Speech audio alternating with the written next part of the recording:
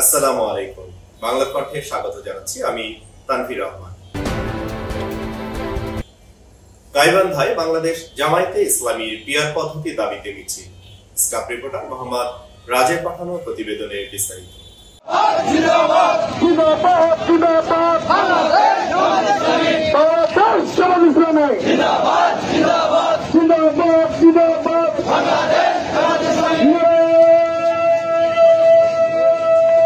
পাঁচ দফা পিয়ার পদ্ধতি নির্বাচন, জুলাই সনদ এবং ফেব্রুয়ারিতে নির্বাচন বাস্তবায়নের দাবিতে বাংলাদেশ জামায়াতে ইসলামী গাইবান্ধা জেলা জামায়াতের উদ্যোগে মিছিল।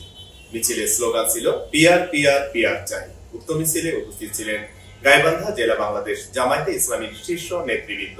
পরে জেলা প্রশাসকের নিকট স্মারকলিপি পেশ করা হয়।